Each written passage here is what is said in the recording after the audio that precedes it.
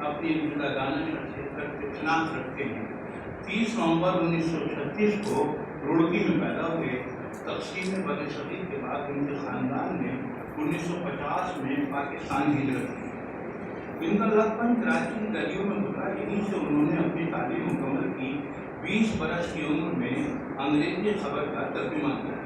1965 की जंग के चश्मदीद वाक़यात को अखबार में रिपोर्ट किया। उन दिनों को रोज़नामा हुर्रियत से वाबस्ता थे।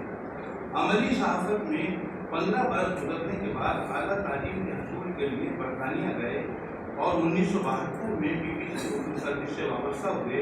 ये वो दौर था जब दरार इलाक़ का वाहिद ज़रिया रेडियो और अखबार हुआ करते थे।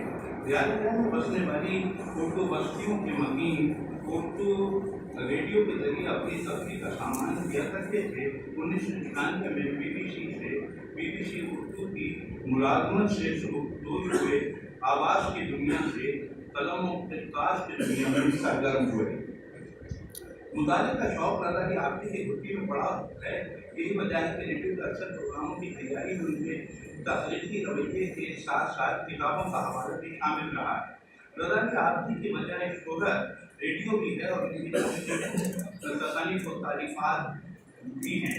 वो रेडियो प्रोग्राम कुतुब खाने के लिए बड़े सदी में महसूस किताबों के ज़ाती रसायल तक गए और उनका तारुफ भी सुनने वालों से दाद समेटी और बहुत से तहकीक के शदाइयों को दावत तहकीक दी। बाद कुतुब खाने के उन्वान से इस तहकीक को महसूस कर दिया कि आने वाले इन्हीं रास्तों से मंजिल का सुराग पाते हैं।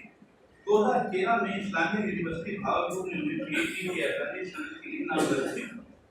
2014 में खुर्रम सुहैल ने इनकी सवाने कलम से आवाज़ तक तस्नीफ की, जबकि इनकी खुदनविश्त की मलाहिर रेडियो के दिन, अखबार की रातें, पहला सफ़र वगैरह में भी नुमाया है।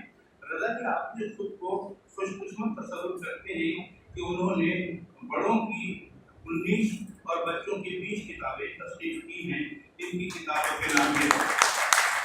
तो रज़ा की आपने साहब ने मजबूरी तौर पर 39 किताबों के मुसन्निफ़ हैं और जिसमें 20 किताबें उन्होंने बड़ों की लिखी हैं और 19 किताबें, जैसा कि बलोच साहब ने 19 बड़ों की 20 किताबें बच्चों की ना, 19 किताबें बड़ों की हैं और 20 किताबें बच्चों की।